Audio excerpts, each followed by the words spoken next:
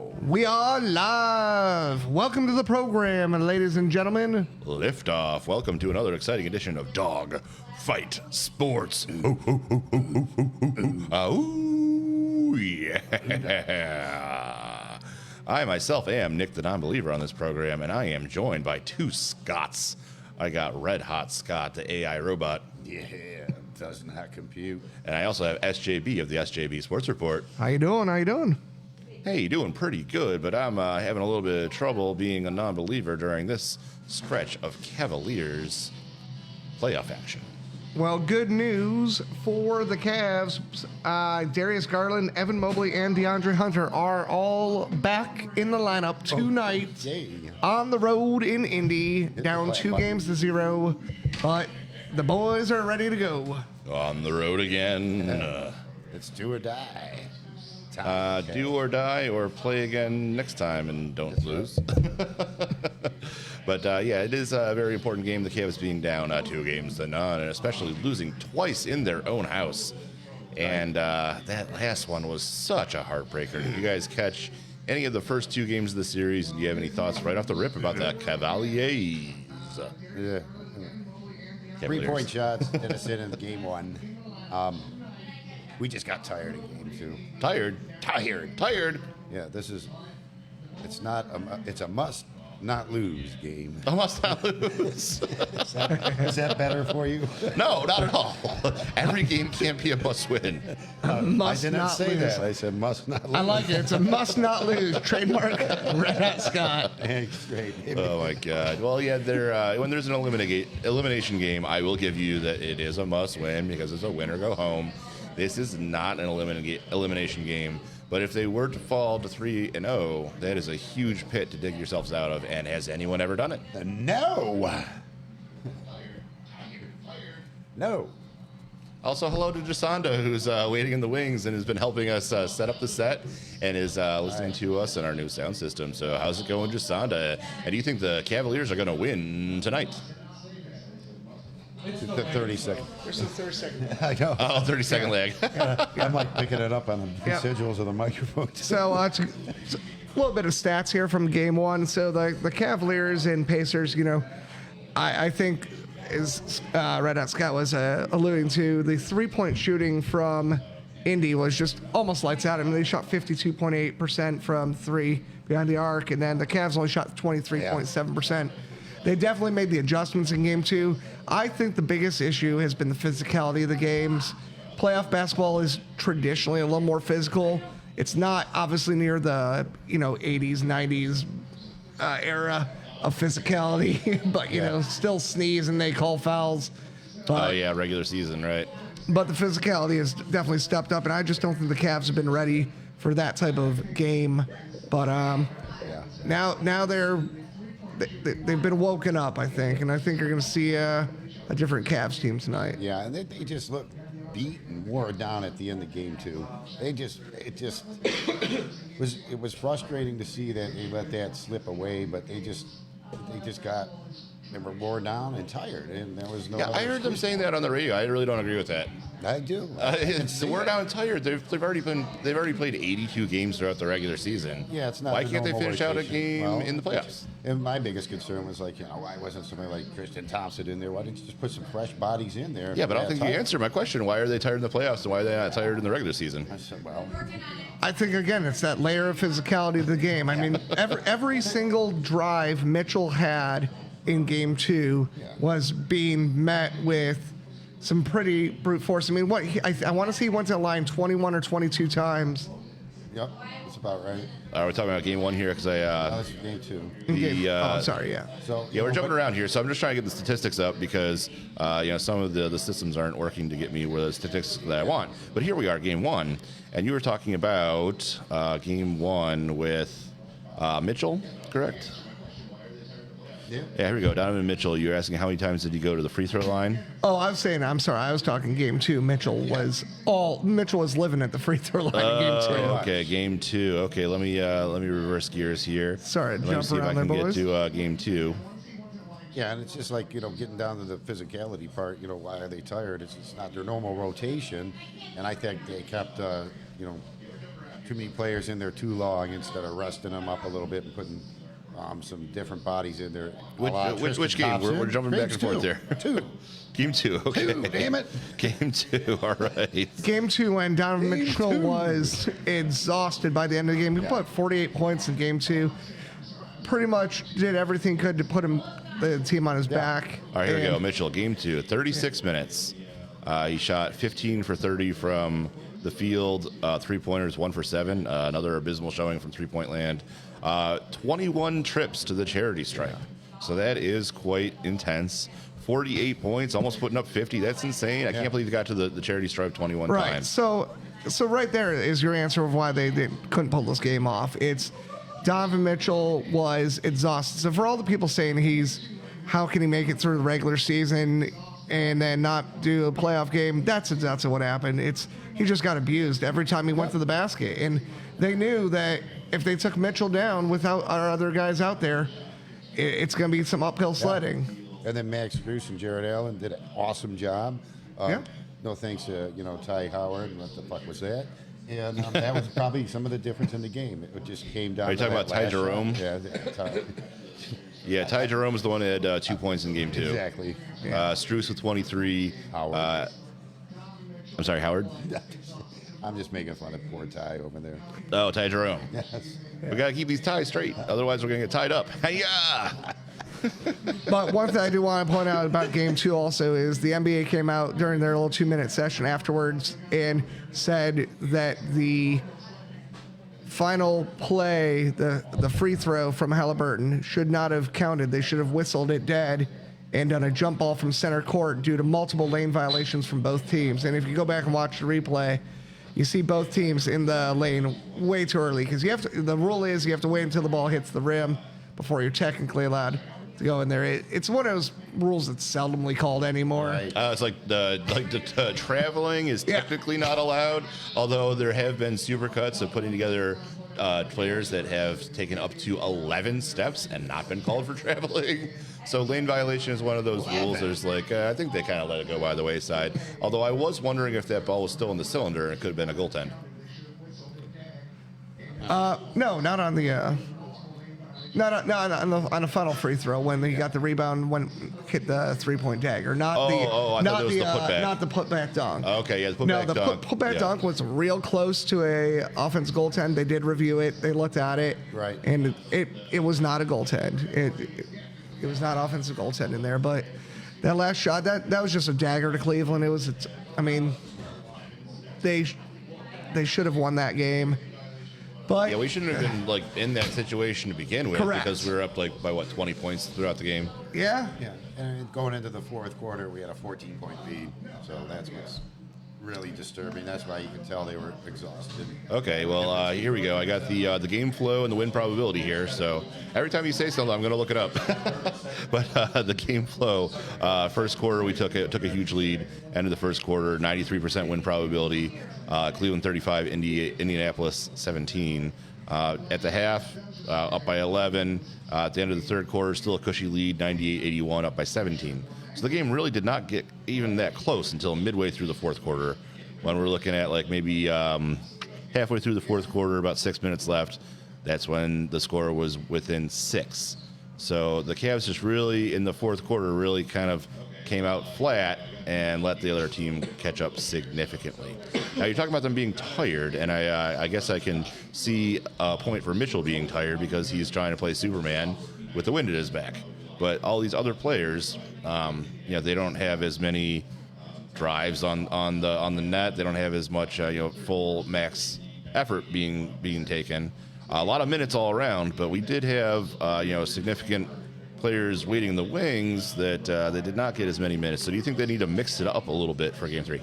Well, first off, getting as far as the minutes and the fatigue factors, because they're playing a lot of defense and they're having a lot of trouble just inbounding the ball, from after points and stuff. So they put a lot of full court pressure on them, which changed a lot of tempo of the game.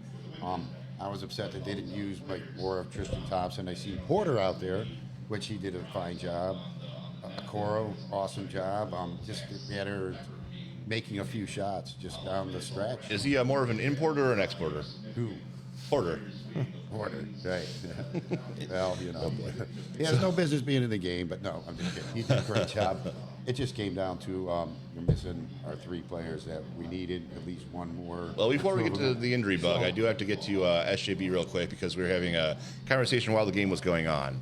And SJB, would you say that this game 2 was a game of inches because they were playing them a couple inches closer to the 3-point line? Yeah, 100%. I mean, I know football is traditionally the game of inches, but I mean, that was the one noticeable defensive move that the Cavs made from game 1, and it was working at a high pace. I mean, they were guarding them a little tighter on that 3-point line, not letting them go at the same pace that the Pacers like to move the ball. They're very much like the Cavs, where they're a team that likes to go and move the ball around quick and find that open shot. They'll pass up shots to find that open shot, and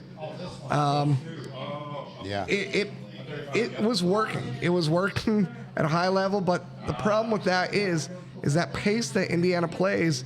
The Cavs don't play against many teams. There's not many teams in the NBA that play at that speed.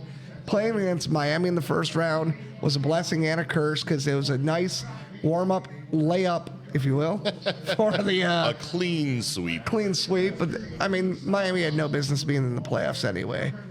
So now they are kind of hit in the mouth a little bit against a more physical team, a team that can shoot the 3, a team that was in the Eastern Conference Finals just a year ago. So it's not like Indiana's scrubs. Nothing to sneeze at. I mean, and I think Halliburton has a bit of a chip on his shoulder because he was voted the most overrated player in the league.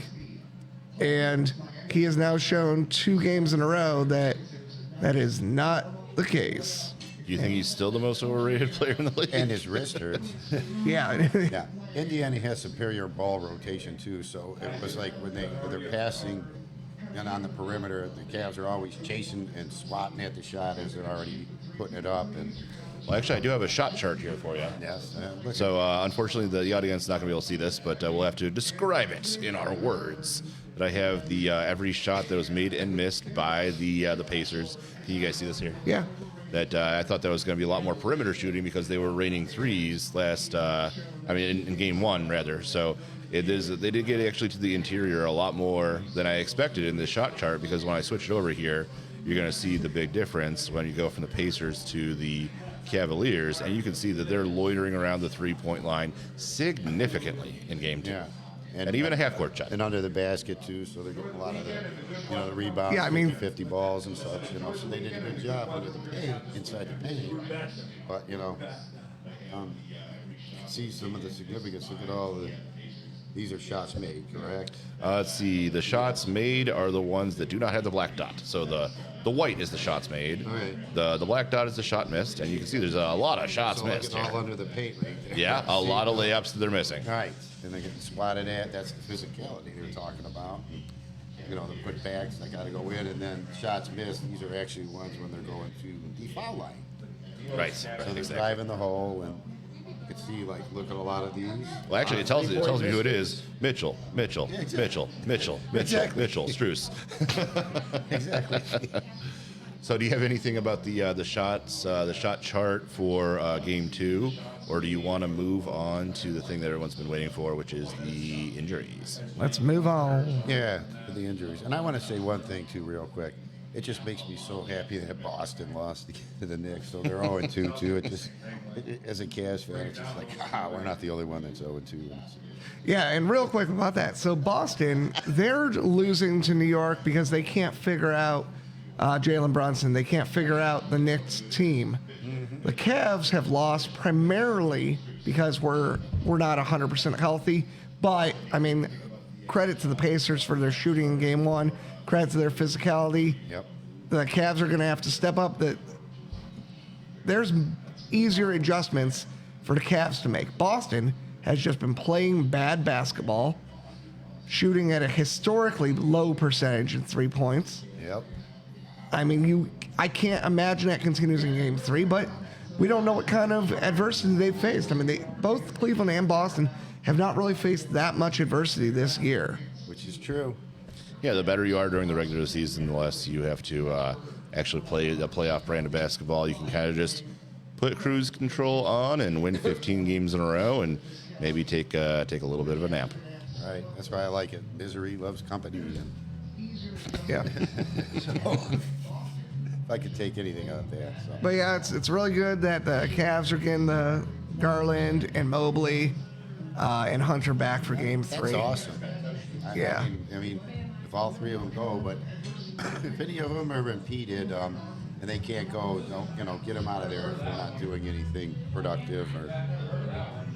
Yeah, so I did just find a couple tweets from maybe just less than 10 or 15 minutes ago, and it did in fact confirm that all three will play.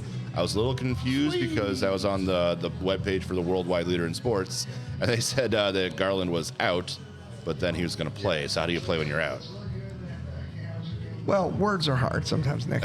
Yeah. So, Right. Yeah, so I think with these three, I mean, who knows if they're at 100%. I assume that Garland would probably be the one that's closest to 100%.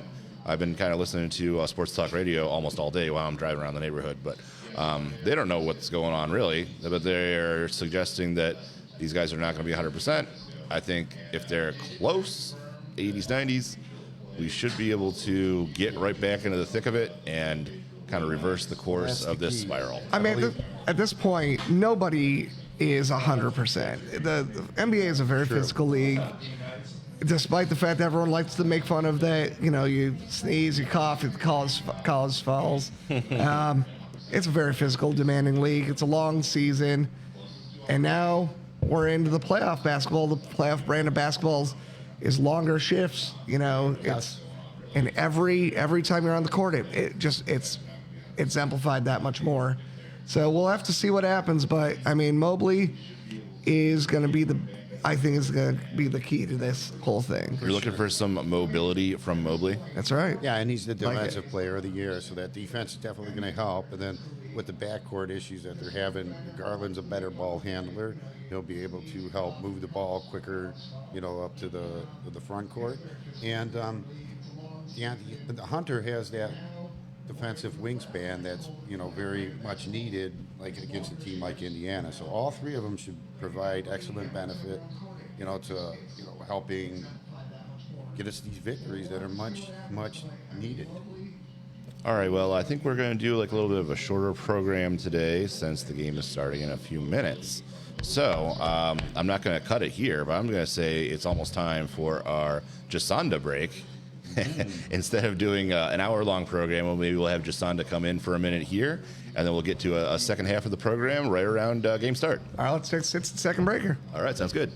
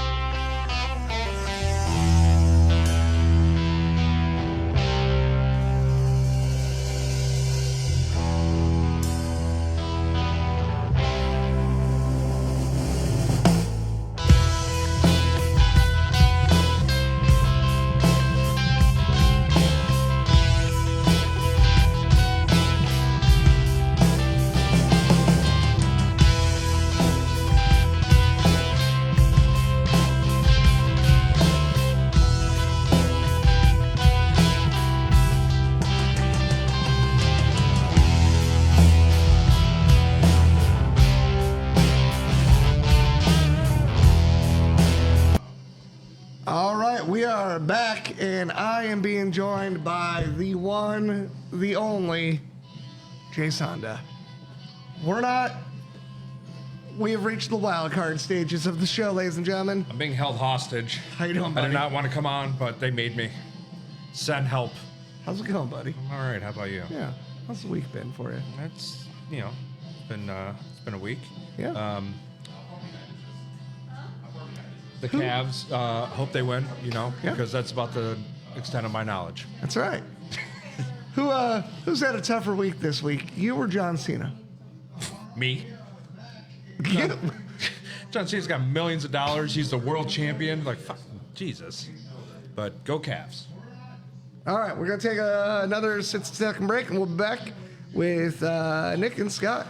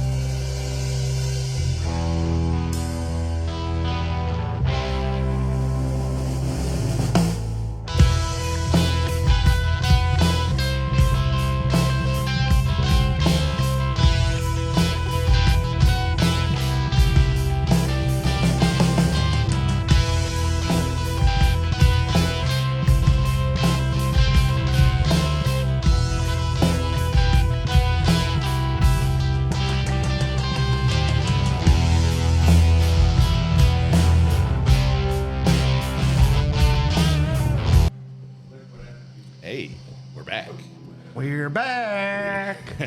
You thought you could get rid of us that easy? No way. It's time to put on some Cavaliers winning gloves. That's it. That's No right. more of this. That's got to be the last We're game gonna we get lose physical. today. It's We're time gonna to blow get 'em physical. out.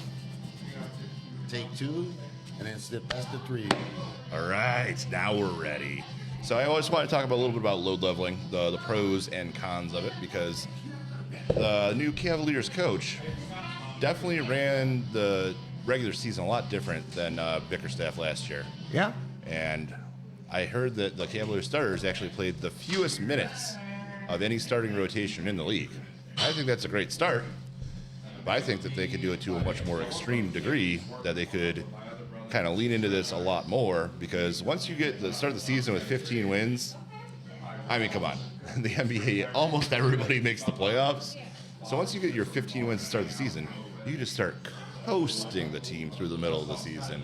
And then near the end of the season, get everybody back in, get them back up to full strength, and come charging into the postseason with everybody at full health, everybody playing full minutes, and ready to take the momentum right through to the finals. Because I think they kind of started dipping their toe into this a little bit, but I think that the season's not over yet. But I think that there could be plans afoot for next season. Well, I that's a great point that you make, and you got to keep everybody rested and ramped up. But that gave us an excellent opportunity to see what we had on our bench from our bench play.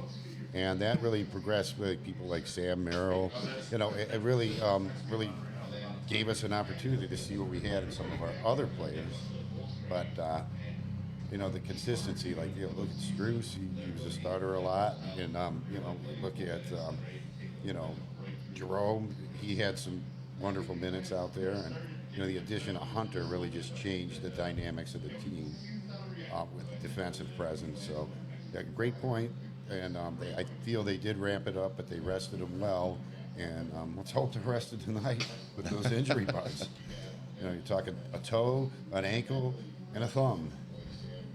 Yeah, between the 3 of them, they're good to go. Yeah, you got to give the 2 thumbs up once we start rating threes tonight. But SJB, what do you think about this load leveling idea? Do you think they're going in the right direction? Do you think they're doing an extreme enough job of trying to modify the regular season play? No, I think, you draw a couple points. Now, it's not as simple as, you just got to rest them and, can coast through that middle half of the season, because you're building with a new coach, new dynamic there. He's instilling his style of play. You've got new young talent still that you're trying to figure out your rotations. The fact that they were able to start the season on such a hot win streak allowed them to get some of these players those extra minutes that normally they wouldn't be seeing that early on in the season. I think the plan would have probably get those guys playing probably closer to the 30, 40 games into a season, not 15, 16 games in this season. So I know that you're not allowed to actually rest your starters all throughout the season, but I guess you can go by minutes. You can have your starters come in, doing a rotational, but you can have them come in for fewer minutes even further than what they're doing already, because, if it's working well now, let's keep on tinkering. But I guess I'm wondering if you guys have any counterpoints to that, any reason why we should not be doing this load leveling. Let me see just real quick here. Jared Allen he started all 82 games this year, so that shows durability. Mm-hmm. And it brings back to the point, they didn't have to deal by keeping them all low level. They didn't have to deal with any injury adversity throughout the course of the season. Anything that was anything really major, like with the exception of maybe Dean Wade here and there, and a few games for a few people here and there, which is considered general rest. But I was impressed the way in Game 2, up till about, I guess, the fourth quarter, midway through, that they dealt with the key 3 people on their team. They really did a great job in Game 2 overcoming the injury issues, in my opinion, but then it all just kind of fell apart. So that maybe if that's considered a counterpoint, how well are you going to do when you have to overcome adversity, especially if you progress deeper into the playoffs? Yeah, exactly. So the biggest issue the Cavs facing right now is themselves. Right, they're going up against. I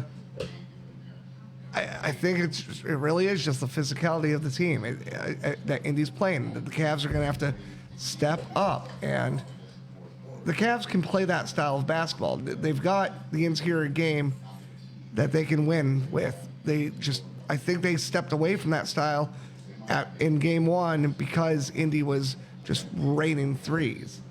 If they can keep it an interior game, the Cavs are going to win. Yeah. Easy. Hands down. They'll win by 15 to 20 points. And I got a great another counterpoint too. So the Cavs faced the Pacers 4 times throughout the season. The first time they did it was early in the season. It was a back-to-back. Cavs lost both of those games to Indiana, despite having over, like, I'll get 3 or plus multiple 12 winning game streaks. So, and then they faced them again at the end of the season, where it was they were actually resting players and such, and then they split one, and then Indiana won the other. So they didn't have much, familiarity like with playing Indiana on like a staggered type of basis. And I think they felt that wrath in game one with the 3-point misses and then the 3-point makes. That was a huge difference. They did a great job of adjusting in the second game without 3 main players, but it just came back where it fell apart in the fourth quarter due to fatigue or whatever it was. So I think Atkinson, great coach of the year, obviously, that he's going to come out with some great adjustments. I really expect to see a blowout tonight by the Cavaliers. Well, I thought we were going to see some adjustments for game 2. Just sorry to cut you off here, but I do have the stats for game 1, and the 3-point was all the difference. Yeah. The Cavs shot 23% from 3-point land, and the Pacers doubled them up, 52%. Yeah. So the Pacers scored an additional 30 points worth of threes, and so that's really hard to stomach in terms of how you're going to come back in that game. So we're looking for game 2 for the adjustments, and now the injury bug has reared its ugly head.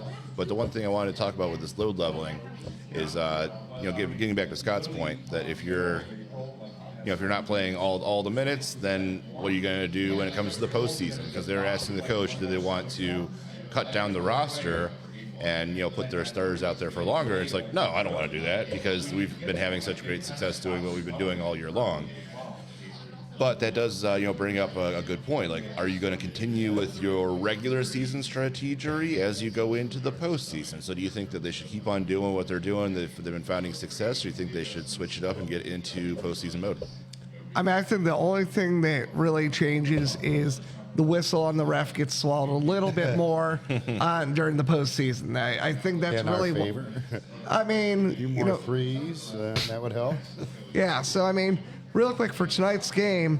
So the opening money line here was the Cavs were actually favored at -150, and now live line is they're favored -225. So Cavs heavy favorites tonight, and that shows why Vegas and the odds think of Mobley, Garland, and Hunter all being back. I mean, people are like pretending as if the Cavs did not win 64 games this year. Right. Yeah, I have the gambling opening for game 1, and it looks like the Cavs were 7.5-point favorites in game 1, and the money line was 2. I'm sorry, what is this? Oh, the over/under was 226. So are they favored more now, or are they favored more then? What's the point spread here? Definitely more. We'll start the day off at like 5.5 without the injury, and then we're probably up to like. Yeah, Cavs are favored by 5 right now. They were favored by 2.5 to begin the day. Okay. So they're actually even more favored in game 1. So it's kind of coming a little closer. So Well, I think that's- Vegas thinks it might be slightly That closer. should be expected. I think that's also because the Cavs, the game 1 and 2 was in Cleveland. So now you're going on the road. To come on the road, down 2-0 in the series, and to be favored shows who the better team in this series is. Yeah. I really do think the Cavs are going to come out and win this game easily tonight. I'm not confident in Game 4, but I think it's going to go 7. I think the Cavs are going to take this in Game 7. There's a reason these are 7-game series. It's not like the Super Bowl or NFL where it's just the better team on that day advances or wins. Any given Sunday, right? This is a 7-game series for a reason. It's why playoff basketball is exciting. Yep. And I think the Cavs are going to be just fine. And speaking on that note, I got one real good point. Doesn't it seem like everything is over like 120? Yep. Mysteriously, if you get over 120, it seems like You're pretty much there. If you would go back to the Miami series, Well, that's because of 121. Maybe McDonald's has their hand in the betting atmosphere because right. if the Cavs score 120, they give out what is it, free fries? large fries instead of small. A large free fry if the Cavs get Can't get those 120. So small. then of course they get 119. You get to shove your fries in your Well, face game's like 3 getting a extra start here. times. All right, let's see. I got a player to watch. I'm going to ask for you guys players to watch, and then we'll wrap it up. So my player to watch is going to be Donovan Mitchell. I'm wondering if he's going to have to play Superman again, or if he's going to be feeling a lot more comfortable, rejoined by 3 of his co-stars, and he's going to be able to spread the ball around more and not have to be driving down to the hoop on every single play and getting the charity stripe for 21 times. I think Mitchell will not have to go out and get 50, and spreading the ball around will be actually beneficial, and they will get the W. What do you think for the player to watch? I'll start. I'm just going to call it area to watch, the 3-point line. Who's going to make them threes and who's going to get them rebounds after that? I think that's going to be like the player to watch. So I'll just say like Strus, Merrill, Garland, Mitchell, anybody that's taking them threes. So 4 out of the 5 players out there. Make your threes, damn it. I think the player to watch tonight is going to be Evan Mobley because of what he brings on the offense and defensive side of the ball. The reigning NBA Defensive Player of the Year, first time in Cavaliers history. Yeah. So You know what he brings to the defensive side is going. I think you're going to see it. It's going to be a physical effort from Mobley, and I think the Cavs are going to win this game, 126 to 111. yes, and I'll call player to watch Garland just to see how he's doing with his toe. I think the Cavs will score at least 120, and there's going to be free fries tomorrow. Free fries. All right, last word on the program. Let's go watch some basketball. Go Cavs! Yes, we need this, please. It is a have to win, not lose game. It would help. Have to not lose. Do your thing, boys. You've earned it. Get out there and show the world why. Well, I've been Nick the Non-Believer. I'm joined by Scott and Scott, Red Hot Scott, and SJB of the SJB Sports Report. Do you guys have a dog in this fight? Because in Cleveland we do, and he's going to be chewing on your ass. Dog fight sports.